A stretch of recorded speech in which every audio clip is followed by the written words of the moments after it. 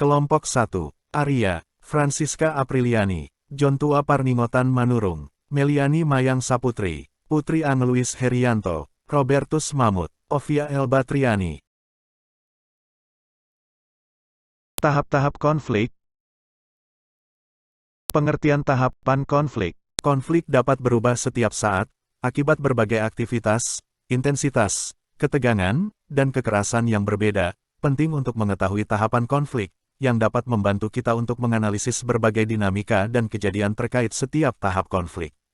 Adapun tahapan konflik sebagai berikut. Tahap-tahap konflik. 1. Pra-konflik. 2. Konfrontasi. 3. Akibat. 4. Krisis. 5. Pasca konflik. Pra-konflik. Pada tahap awal ini terjadi ketidaksesuaian tujuan antara dua pihak atau lebih, yang kemudian menimbulkan konflik. Hal itu menyebabkan ketegangan hubungan di antara beberapa pihak, sehingga membuahkan keinginan untuk menghindari kontak satu sama lain. Konfrontasi. Pada tahap kedua ini, konflik akan semakin terbuka. Apabila hanya satu pihak yang merasakan masalah, maka para pendukungnya kemungkinan akan mulai melakukan aksi demonstrasi atau perilaku konfrontatif lainnya. Krisis. Tahap ini adalah puncak konflik atau yang biasa disebut dengan klimaks. Pada tahap inilah, ketegangan dan/atau kekerasan akan terjadi dengan hebat. Bahkan ada kemungkinan bahwa komunikasi normal antara kedua pihak akan terputus. Mereka akan cenderung menuduh atau menentang satu sama lain. Akibat. Krisis tadi akan menimbulkan suatu akibat, antara lain, pihak satu ingin menaklukkan pihak lain dan pihak lainnya mungkin akan menyerah. Kedua pihak setuju untuk bernegosiasi, dengan atau tanpa bantuan perantara dan menemukan jalan tengah. Tingkat ketegangan konfrontasi dan kekerasan akan mulai menurun, dengan kemungkinan penyelesaian. Pasca konflik, krisis tadi akan menimbulkan suatu akibat, antara lain, pihak satu ingin menaklukkan pihak lain dan pihak lainnya mungkin akan menyerah. Kedua pihak setuju untuk bernegosiasi, dengan atau tanpa bantuan perantara dan menemukan jalan tengah. Tingkat ketegangan konfrontasi dan kekerasan akan mulai menurun, dengan kemungkinan penyelesaian.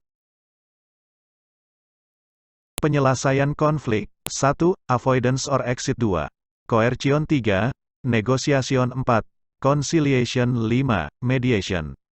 1. Avoidance or exit. Mengakhiri hubungan dengan meninggalkannya, dikarenakan keterbatasan kekuatan yang dimiliki oleh salah satu pihak. 2. Coercion. Pihak yang bersengketa menerapkan keinginannya kepada pihak lain. 3. Negotiation. Semua pihak menyelesaikan konflik bersama-sama, mutual settlement, tanpa melibatkan pihak ketiga. 4. Conciliation. Menyatukan semua pihak yang bersengketa untuk bersama-sama melihat konflik dengan tujuan untuk menyelesaikan sengketa tersebut. 5. Mediation. Pihak ketiga membantu seluruh pihak yang bersengketa untuk mencapai kesepakatan. Mari selesaikan konflik dengan cara yang sehat dan logis. Penyebab kerusuhan di Wamena yang tewaskan 10 orang. Kejadian itu bermula dari adanya mobil penjual kelontong yang disetop oleh dua warga di Sinagma, Kota Wamena, Kabupaten Jayawijaya, Kamis, tanggal 23 Februari tahun 2023, sekitar pukul 12.30 waktu Indonesia Timur. Mobil dihentikan lantaran dicurigai melakukan penculikan anak. Pada saat negosiasi terjadi di Polres Wamena, ada sekelompok massa yang berteriak dan kemudian menyerang anggota. Hal ini lantas memicu adanya perlawanan massa dengan aparat kepolisian. Selain menyerang petugas, massa juga melakukan pembakaran terhadap kios-kios milik warga di Sinagma.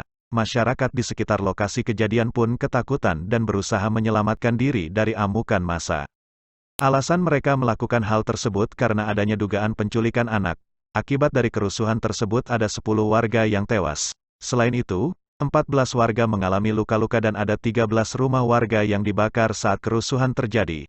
Tetapi setelah melakukan serangkaian penyelidikan, polisi memastikan bahwa isu penculikan anak itu tidak benar. Tuduhan penculikan anak terhadap pengemudi mobil kelontong tersebut tidak benar adanya alias hoaks.